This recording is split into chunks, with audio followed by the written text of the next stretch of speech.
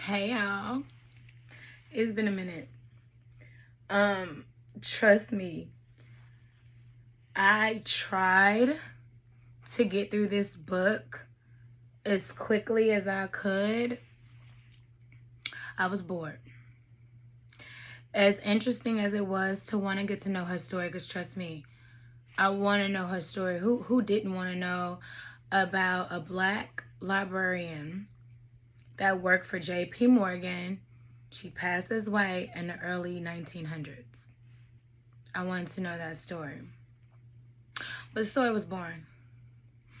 It reminded me of The Coldest Winter Ever Part 2 that Sister Soldier did. It was just long. And it took me weeks to read this book because it barely held my interest. But no worries, I kept notes all the way through because I want to make sure that was time well spent. And I hit every fucking note. And then after I review, and tell y'all how I feel about the book, I'm going to tell y'all how I feel about the author's notes or whatever. Okay? Because that tricked me out alone. All right. Personal Librarian. Here we go. The book is set in the early 1900s. It's about a 26-year-old Princeton black woman named Belle who started working for J.P. Morgan as his librarian in New York. It was her mom's idea for her to pass as white and to go to Princeton because she felt a colored girl, which is what they referred to back in those days. So I might say that a lot. So I hope I don't offend anybody, but if you know your history, hey, colored girl, I'd rather take... Anyways. She felt a colored girl would not get ahead or be hired otherwise. And Belle agreed. Now, the father was very upset about this because he was all black everything. He was the first black college graduate at Harvard. He was fighting for equality, etc. But when his wife lied on the census and said that they were white, that was the final straw for him. And, they all had fair skin and she wanted to live in a better neighborhood. So the daughter, Belle, she got the job and, she's now working for JP. She's making $75 per month salary and helping out her family. Now, back then, $75 a month was a lot of money. It was a lot of money. The further I read into the book, they was basically like, we'll get to it. She learns that her father has remarried, living in Russia with his new wife and 2 children. She started teaching her own self Latin, okay? His daughter, JP daughter is not really feeling Belle. So JP daughter name is Anne, and she's not feeling her as the new librarian. Like, she don't trust her around her father. It's like she sees some chemistry there, and she can't understand, why her daddy want this librarian around 24/7 because he started inviting her to personal events, birthdays, holidays, celebrations. Belle was on JP Morgan's arm like an accessory, y'all. He took her everywhere. All right. So she's kicking ass at her job. She's going to the opera, other events, and she got a raise in less than a year. She goes to auctions and bids on everything as well. Mr. Morgan is also teaching her the financial side of things because, that's what he does. She's killing it. At this time, she's been working with J.P. Morgan for years and now has an interest in a married man named Bernard. Bitch ass Bernard. She's 29 at this point and she experienced her first kiss with him. Now she's feeling herself. You know what I'm saying? She's dressing more colorful. She's speaking her mind. However, she's being a little reckless.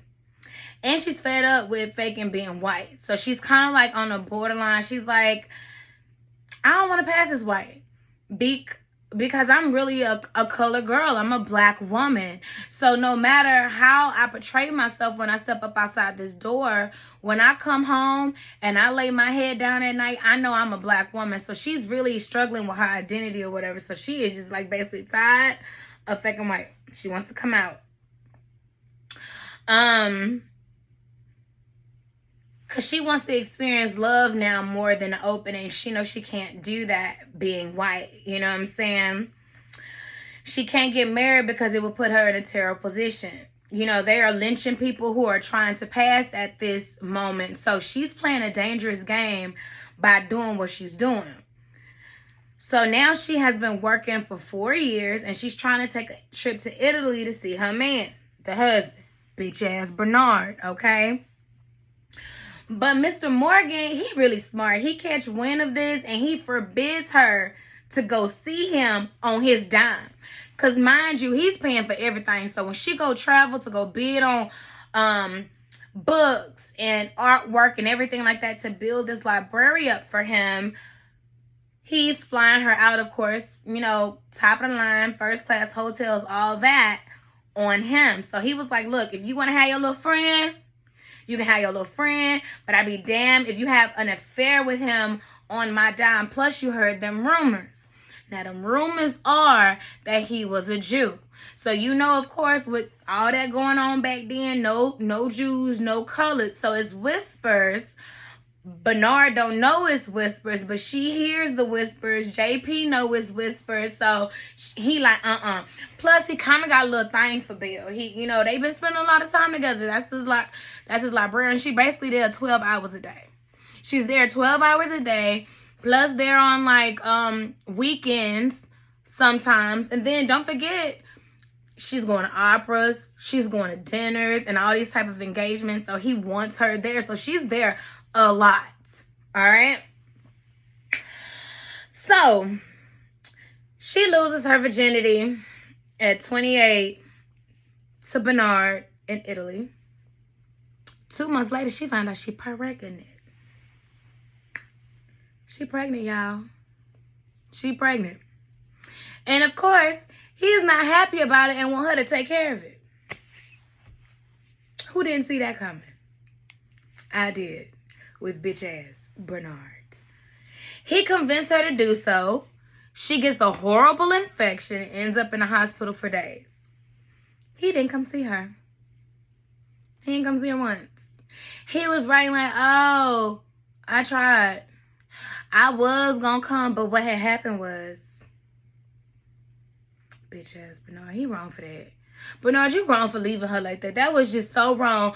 You pillow talked to this girl. You made her trust you. You made her get comfortable with the arrangement that you and your wife had, because you talking about y'all in an open relationship and that y'all was just together for arrangement purposes and all that, just for optics and shit. And you got her to trust you.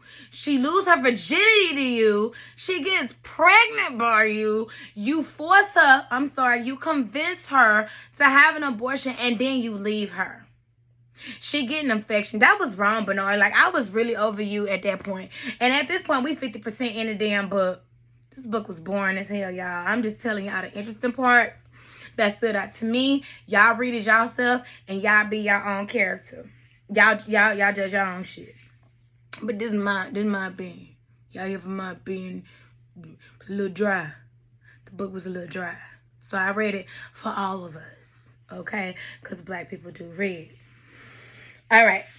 So she's tired of not living in her truth. Okay? And therefore, she became reckless.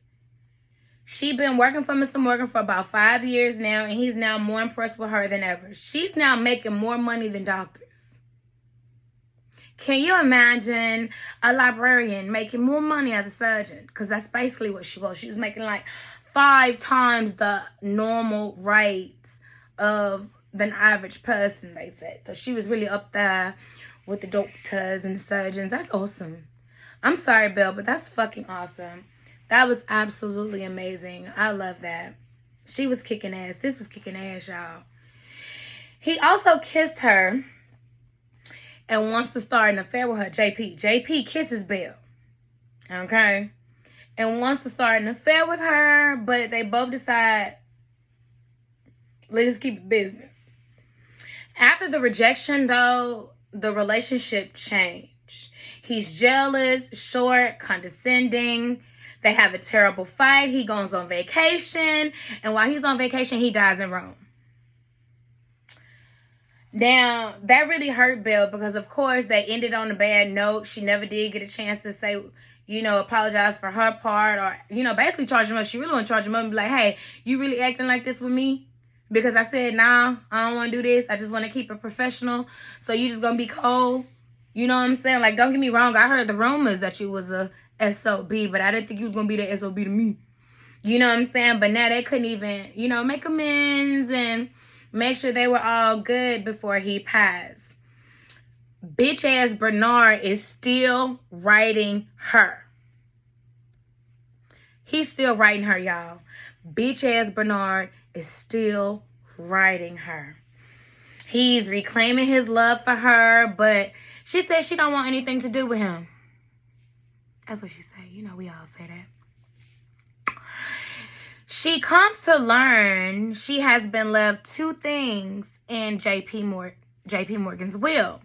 One, she got her job secured for at least a year. And two, he left her $50,000. It was close to 50 times the average person of what they was making in a year. So the average person was making 10 grand a year. He gave her 50. Oh, I'm sorry, 1 grand a year? No, that can't be. Hell nah. The average person was making 1 grand a year, y'all. In 1913, he gave her 50 times that. Wow. Isn't that something? He left her some coins, okay? So she goes home. She tell her family all the good news, which they all became financially dependent on her, by the way. Not only her and her siblings, but they spouses too.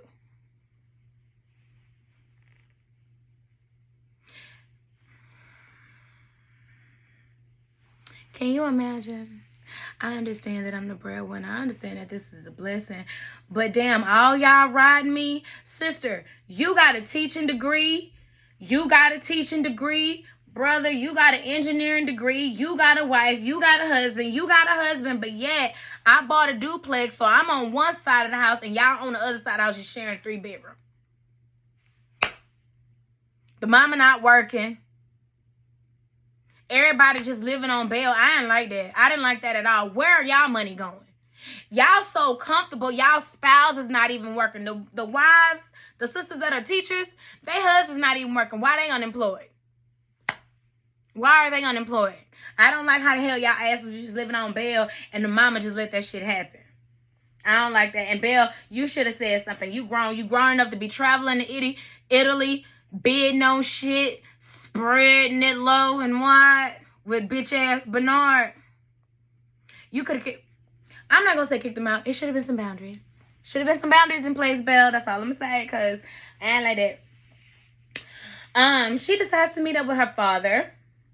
It's been 17 years since they last seen each other, and she was considering coming out as a colored woman, and she wanted his opinion because remember, he's pro-black. She's very confused with his response because he feels though she shouldn't change course because she's making so much history. Like, yeah, it started off as a lie, but look at everything she's accomplishing as a Caucasian woman, even though she's colored. You know what I'm saying? So, she's back with Bernard. Y'all saw that coming. She went back to bitch ass Bernard, y'all.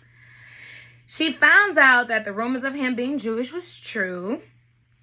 She ended up kind of coming out to JP Morgan daughter Anne, the one that don't like her, because y'all, Anne was in like a poly relationship. She was in a poly lesbian relationship. Okay, she was living with them. They was showing up to parties together, leaving together. It was rumors at the time because, of course, people was frowned upon, Jews, coloreds, gays, and all that. Whites don't. Them people that they don't like nobody that ain't them. You know what I'm saying? But anyways, so she kind of came out to Anne, you know what I'm saying? Because Anne kind of had her suspicions. So she kind of came out to Anne because I guess they both had something to lose in the public eye. If it comes out that she's a lesbian and if it comes out she's colored. So I guess they had like a mutual understanding with each other. You know what I'm saying? So she finds out that Bernard been playing her the whole time and taking commissions and cuts off of artwork that she kind of had a hand in. Like, he was basically pillow talking at night, getting her ideas, stealing. Y'all, Bernard ain't shit. Bitch ass Bernard. Her father passed away. She's now 40 and convinced the family, the J.P. Morgan's family, to open up the library and make it public. Her mom passed away, and that was basically like the end of the book. They made the library public. She left her legacy. She was writing all this down in a journal. She started to burn it, but then she decided not to, and she changed her mind, and basically, yeah, that's the end of the book. Let me go to the author's notes. To me, the author's notes was more fucking interesting than the book. And honestly, I never read the author's notes. I don't even know what convinced me to do so in the first place, but I'm glad I did. What it was, let me get her name because I don't want to call her that Caucasian woman, okay?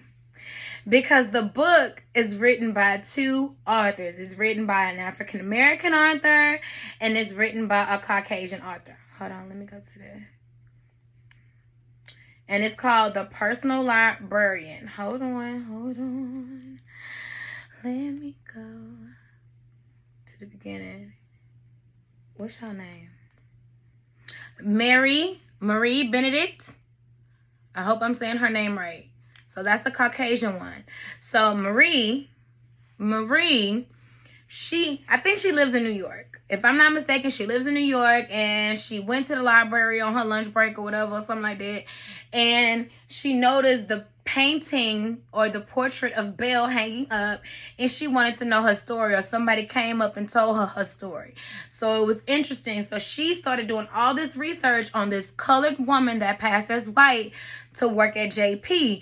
But the more information she found, she was like, I'm a white woman. I can't be telling this black woman's story. Let me get a black woman involved. You know what I'm saying? So that's when Victoria Christopher Murray came into play. So those are the co-authors. It's Marie Benedict and Victoria Christopher Murray. So that's how she came into the book. So truth be told, some of the things in the story, they kind of embellished, which I thought was some of the goddamn good parts. They kind of like embellished, or they switched it up a little bit. Come to find out, she never broke off the relationship with bitch ass Bernard. She kept that relationship going through the entirety. I get it, but I don't get it. You know what I'm saying? I'm glad she never told or confessed to anyone that she was African American.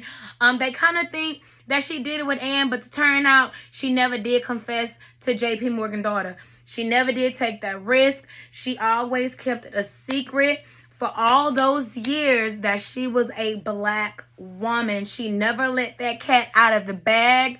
The relationship with her and JP was really kind of confirmed because they did an interview and she admitted that they tried, but it just didn't work. But yeah, that was the author notes. And I thought that was more interesting. You know, they explained why they use colored or whatever, because that was the more appropriate word back then. So honestly, I wasn't offended by the colored. I talked to my friends about it. They was goddamn offended by the used word of the color. But I was like, hell, anything is better than the N word, because I don't know how I would have felt if the N word was just coming all up and through here like Pulp Fiction. You know what I'm saying? I don't know if I would have liked that. If I had to rate this book, y'all don't make me do it, but I'm gonna give it a 3. 2 or 3 out of 5. I'll give it a 2 or 3 out of 5. And the only reason why I'm rating it that high is because of the knowledge that I received from the book. I'm glad that I know who this woman is. I'm glad that I know her daddy is. I'm glad that I know her story. And when I finally do visit New York, trust me, I am checking out this library. I have a fair-skinned aunt. The way they describe this lady in the book, she look and sound just like my Aunt Bridget. You know what I'm saying? Because people have asked me, is my aunt Caucasian? But if she open up her mouth, you gonna know damn well she ain't Caucasian. I love my auntie, but for real though, like, she's very fair skinned. She has green eyes, and she has natural blonde hair. Hey, Bridget. I really want to talk to her, and I want to ask her, has she ever thought about passing? Because the way they make it seem like being white was just the better side of the coin. They didn't want to live in a ghetto. They didn't want to get paid a crappy wage. So she thought the best thing to do for her and her family was to play the game, be Caucasian. I'm glad she was never caught. I'm glad she made a lot of money. But I'm also sad for her. She was never able to love out in the open. She was never able to have kids of her own. Just, wow, sis. Wow, Belle. But thank you so much for making history for us. I'll see y'all next time with the next book. Y'all like, comment, share, okay? But comment if you read this book, because I want to know if you felt the same way I did, all right? I'll talk to y'all later. Bye.